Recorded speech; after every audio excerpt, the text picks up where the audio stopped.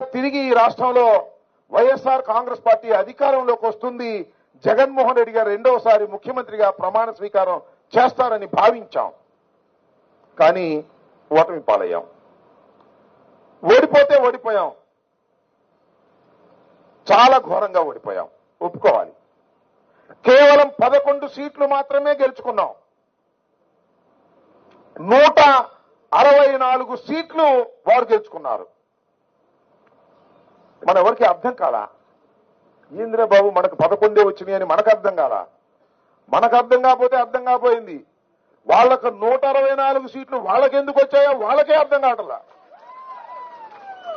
అంటే ఏం జరిగింది? ఇద్దరు ముగ్గురు కలవడంతో బలం పెరిగిందా? లేక మనకు తెలియని వ్యతిరేకత ఏమైనా ఉన్నదా? లేక ఏదైనా మాయ జరిగిందా అనేటువంటి అనుమానాలు కోకొల్లలుగా మన మనసుల్లో ఉన్నాయి. ఏది ఏమైనా ఓటమి పాలయ్యాం. పంట సరిగా పండల, మళ్ళా వ్యవసాయం చేయాల్సిన పరిస్థితి వచ్చింది. ఇవాళ నేను మనవి చేస్తున్నా, జగన్మోహన్ రెడ్డి గారు 175 సీట్లలో, అలాగే 25 పార్లమెంట్ సీట్లు మళ్ళా ఏ విధంగా గెలుచుకోవాలనే టార్గెట్ తో ఇవాళ అన్ని కూడా సక్రమంగా పునర్నిర్మాణం చేసుకునేటటువంటి కార్యక్రమం చేస్తున్నాం మనం. ఎవరు ఎక్కడున్నారు, ఎవరు పోయాడు, ఎవరు బతికాడు, ఎవరు బారిపోయాడు, ఎవరు ఉన్నాడు తెలుసుకుని, లేని చోట మళ్ళా నియామకాలు చేసుకొని ఇవాళ నుంచి కార్యక్రమం చేయాలి అనేటువంటి ఉద్దేశంతో చంద్రబాబు నాయుడు అయితే ఎలక్షన్ ముందు చూద్దామని అనుకుంటాడు. మన జగన్మోహన్ రెడ్డి గారు అలా అనుకోడు.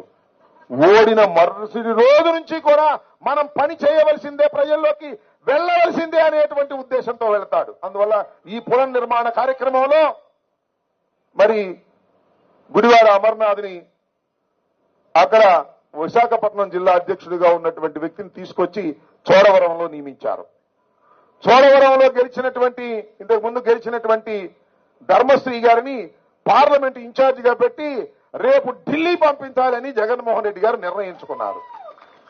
ధర్మశ్రీ గురించి కూడా 2 మాటలు ఇక్కడ చెప్పాలా. ధర్మశ్రీ మీ అందరికీ కూడా ధర్మరాజు లాంటి వాడు. ఏదో గ్యాపులు గీపులు ఉన్నా అవన్నీ కూడా పక్కన పెట్టండి. ఓడిపోయి గుంటలో పడ్డానికి గ్యాపులేంటి?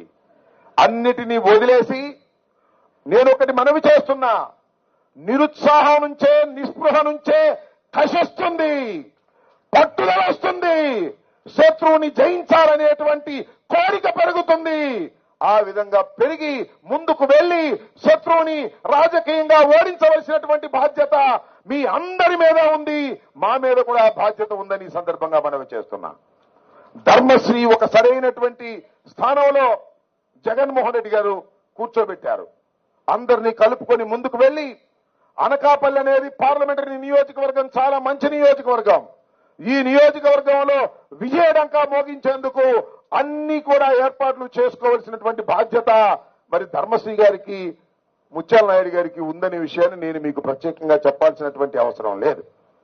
ఇవాళ మనం చూస్తున్నాం, 8 మాసాలు అయింది. ఒకసారి మీరు వెనక్కి వెళ్లి చూడండి. మనం ఒకసారి అధికారంలోకి వచ్చాం. రాజశేఖర రెడ్డి గారి పరిపాలన కూడా చూశాం. ఏ ప్రభుత్వమో కూడా 8 మాసాలలో ఇంత ప్రజా వ్యతిరేకత మూట కట్టుకున్న ప్రభుత్వమే లేదు. ఇంతకు ముందు చంద్రబాబు ప్రభుత్వం కూడా.